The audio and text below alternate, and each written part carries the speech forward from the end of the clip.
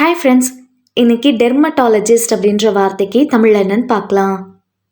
Dermatologist dermatologist இந்த வார்த்தைக்கு தமிழ் என்ன சொல்லுவாங்கன்னா, தோல் நோய் நிபுணர், தோல் மருத்துவர், சரும நிபுணர்.